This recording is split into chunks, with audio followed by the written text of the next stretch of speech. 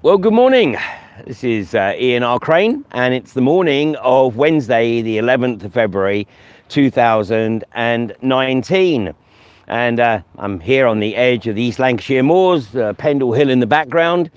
It's a balmy 7.5 degrees right now, with a gentle breeze.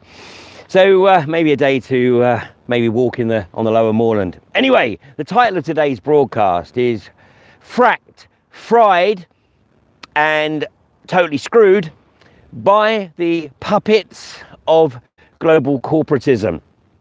And it can't have escaped anyone watching this notice that Quadrilla have been pushing, along with INEOS, to try to persuade the British government to relax the limits on the seismic events created by fracking, so that they can actually frack with complete abandon and disregard for the local community.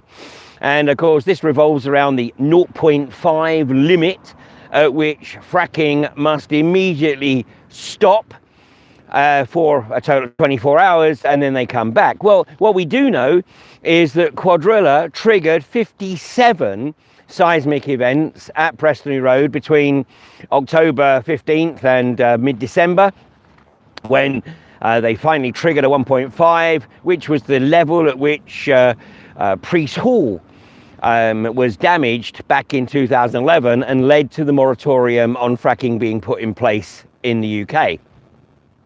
Eventually lifted in December 2012 by David Cameron. Well, Quadrilla, INEOS and all of the other fracking wannabes basically said, yeah, we can work with those limits, that's absolutely fine and not a problem. But of course, now that Quadrilla have been attempting to fire up the frack pumps at Prestonby Road, they've realised that basically everything that had been observed and predicted by the anti-fracking campaign had proven to be true. And the bottom line is that you cannot power up the frack pumps and attempt to get a similar result to that in the US in this heavily faulted geology. And also, let's not forget that the UK is far more densely populated than the areas, or the majority of the areas in the US and Canada and Australia that are being basically fracked into oblivion. So, Ratcliffe, as CEO and owner of INEOS, and Egan have been courting the media in an attempt to persuade the wider population that these limits are basically ridiculously low, and that basically the government needs to get real, lift the limits and allow these companies to make money. And let's not forget, that is absolutely the bottom line. Well, the reality here is that this is a classic case of the corporations thinking that they can either buy, browbeat or bully their puppet politicians into acquiescing to their whim. And of course, this is done on the basis of, hey, listen, all you got to do is take care of our needs in the short term, and we'll make sure that you have a really nice associate directorship of many companies. You'll get an income of X 100,000 a year, and you won't have to do very much except sign when we tell you to sign, go talk to politicians when we tell you to go talk to politicians. But basically, we need you to be our bitch. And for now, we need you to lift these seismic limits. So who's in the frame here? Well, Claire Perry. And of course, Claire Perry, the MP for Devizes, not renowned for her intellectual capacity, and was put into the role of Minister of State for Business, Energy and Industrial Strategy by Greg Clark. And it was a very, very astute move by Greg Clark. Greg Clark is certainly a competent politician. if that's not an oxymoron. Greg Clark has ambition, and that ambition reportedly includes at some future date taking over the leadership of the Tory party and perhaps even getting into number 10.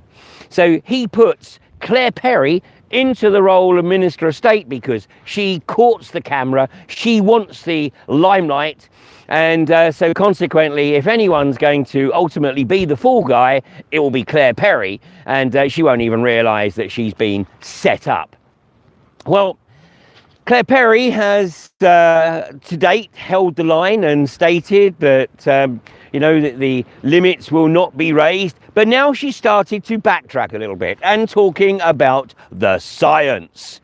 Well, of course, we know that the science, when that's quoted, refers only to the science that supports the aims, objectives and goals of the corporatists.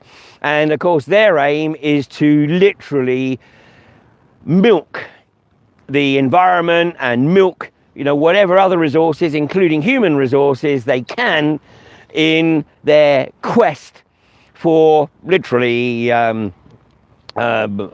immortality when it comes to wealth. I mean, Jim Ratcliffe already has more wealth than he could ever think about spending in a single lifetime, but that's not enough. Of course, he wants to compete with the likes of Gates and Bezos and be regarded as a wealthy not just entrepreneur but a benefactor, a philanthropist, which of course is done by sponsoring things like cancer charities in return for people ignoring what is going on elsewhere, i.e. the fact that they're raping and pillaging the natural wealth of the planet, basically. So it's never been more important for people to make it abundantly clear as we head towards Brexit that it is the politicians that are ultimately held to account. And come March 29th, when it's looking increasingly like Westminster is starting to get the message, because more and more people are writing to their MPs saying, March 29th, we need to be out, and you as an MP need to be doing what the British people have mandated you to do. The Brexit vote didn't come with conditions. It was, do you want to be in the EU or out? And the response was out. So get on with it. So come March 29th, there is nobody else that the likes of Claire Perry and Greg Clark can point the finger at. It will be absolutely down to them. And if they are even thinking about relaxing these limits, then they need to be aware that their political careers are well and truly over. So what's Claire Perry likely to do? Well, she's likely to try to pass the buck to the OGA, the Oil and Gas Authority. Well, this is a massive conflict of interests, because if you look at the terms of reference for the Oil and Gas Authority, their responsibility is to promote the exploration and exploitation of all hydrocarbons, conventional or otherwise. So there you've got effectively a pseudo-government body that is responsible for marketing and exploiting hydrocarbons, and they're going to have a say in whether or not the seismic limits are reduced? I think not. So Claire Perry, do you have the courage to stand up to the likes of Jim Ratcliffe, or are you going to do what the vast majority of politicians have done before you, which is simply to bend over and take whatever it is that they're offering in return for relaxing the limits? Well, we also need to look at the other outrageous conflicts of interest that are occurring in Westminster, and still staying with oil and gas. But a few years ago now, in fact, 3 years ago, it was announced that China is now effectively the largest operator in the North Sea.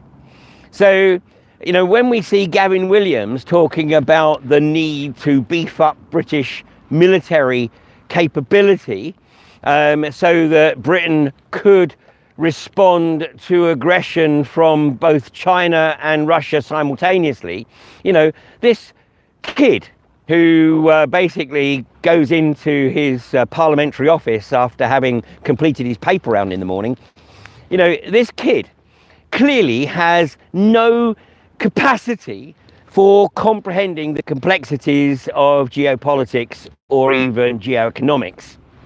So what he's trying to do is ramp up the fear that China or Russia are threats to the UK, whilst on the other hand, China is now the largest single operator for the abstraction of North Sea hydrocarbons. Coupled with which, of course, there's also concerns about China's near monopoly of the 5G technology.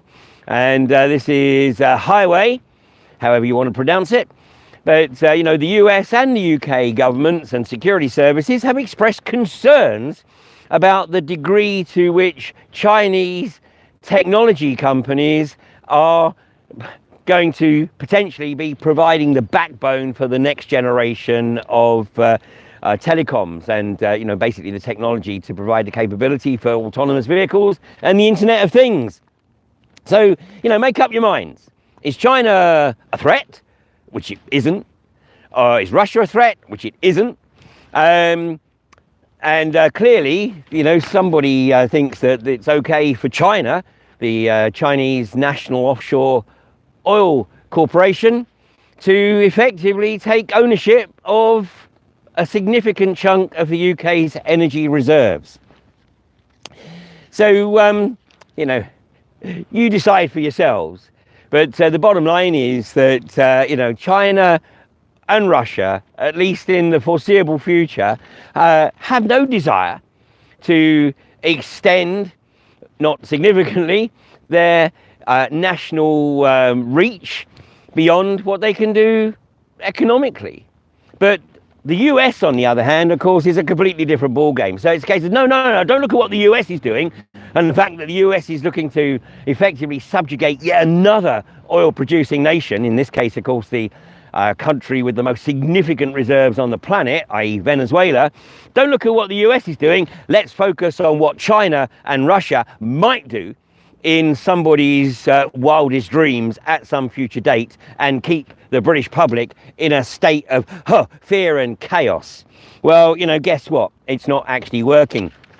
But there's another element here as well, which is linked back into fracking, and that is a couple of weeks ago, Total and the Chinese National Oil Company announced that they had made a very, very significant gas discovery in the North Sea, and this is estimated at some 250 million barrel of oil equivalent, and this is in the Glen Gorm field, and it's stated that this is the largest discovery since 2008, which would suggest that there's probably more hydrocarbons to be potentially located in the offshore geology, which somewhat negates the need for the likes of Quadrilla and Ineos to put large tracts of the UK at risk by fracking. There's no justification for this whatsoever, other than for Francis Egan to keep drawing his outrageous salary. Certainly it's outrageous when you consider that there's about 18 employees on the payroll. And for Jim Ratcliffe, of course, to simply be seeking to increase his personal wealth by another order of magnitude. And Ratcliffe, of course, is becoming somewhat boring with his threats to Brussels about, you know, the European chemicals industry needing massive support. You know, get over it. You know, you are extremely wealthy, Jim, and we know, because your recently published coat of arms on the Ineos website tells us that you think you can buy anyone and anything.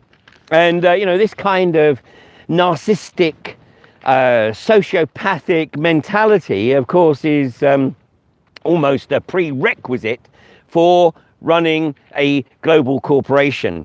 You have to literally put your own humanity into a state of hibernation so that you can then become the socio-psychopath that doesn't give a flying frack about the impact that you have on the lives, the health and the well-being of those who happen to have the misfortune to live in your targeted sacrifice zone.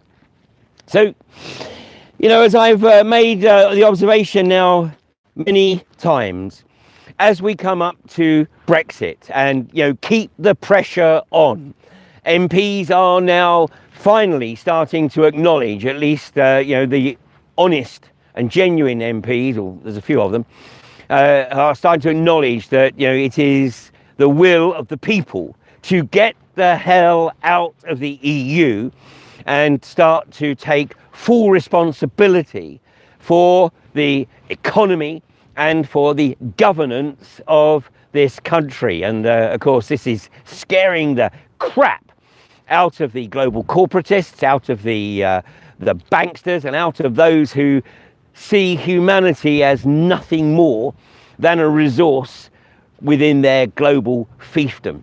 So keep the pressure on, because the reality is that come March 29th, unless the people of this country really start to get involved in some way, shape or form in the political arena, then we collectively will be condemning future generations to lives of unimaginable abject misery. You know, we have the creativity in this country to deal with Brexit and anything that the global corporatists throw at us. The greatest risk is puppet politicians who literally compromise their own integrity in return for the trinkets associated with carrying out the whim of those who have the checkbook. So, you know, we have what, 650 or so politicians in this country? And, you know, we certainly need to be in a situation where every single politician is scrutinized in terms of their record in Parliament, and every single politician is literally measured against whether or not they are representing the will and the best interests of the electorate, or whether they are simply carrying out the will of the global corporatists in return for a nice pension or a nice sinecure directorship once they leave parliamentary office, or maybe even while they're still in it. So, you know, it's also, we were told a few weeks ago that the alternative media and, you know, the ones that were specifically named were UK Column, 21st Century Wire, Vanessa Beeley, and yours truly. And the observation was made that we collectively and with others are starting to have an effect. So much so that the establishment is seeking to ramp up their campaign to try to undermine the credibility of the alternative media and those who are presenting, shall we say, alternative information to that which you find on the British bullshit corporation. So, you know, we're seeing examples of this, and I gotta just say, you know, thank you. Because every time we see an attack coming from the establishment or the establishment's puppets, many of whom, you know, are in the hock of the establishment because of skeletons in their closet, and every time we see these attacks, we know that we are having an effect. And every time anyone tries to shut us down, to censor us, then actually, you know what? More people tend to take notice of what it is that we got to say, because people want to find out what it is that we're saying that the establishment doesn't want people to hear. So please, if you think that what we're doing is useful, then keep sharing, keep spreading the word. And, you know, if you want to come along and meet some like-minded people, then consider coming to the AV10 conference in May. My latest feedback is that there are only about 20 residential tickets remaining. So, 3 months before the event, and just 20 tickets remaining, which I think is indicative of the reputation of the Alternative View conference events. So otherwise, please continue, do your own research, keep the pressure on politicians at every level, let them know that they are under scrutiny like never before, and keep sowing the seeds. Never underestimate the power of a seed sown. It may not germinate as quickly as you might like. You may not get an instant reaction. It may be a week, a month, a year, 5 years before the seed that you've sown germinates and the light goes on and the person goes, oh my God. And from that point forward, they become a problem for the global corporatists and their puppet politicians. So thanks for joining me this morning. I will be back with you on Friday at 8:30. So you take care now.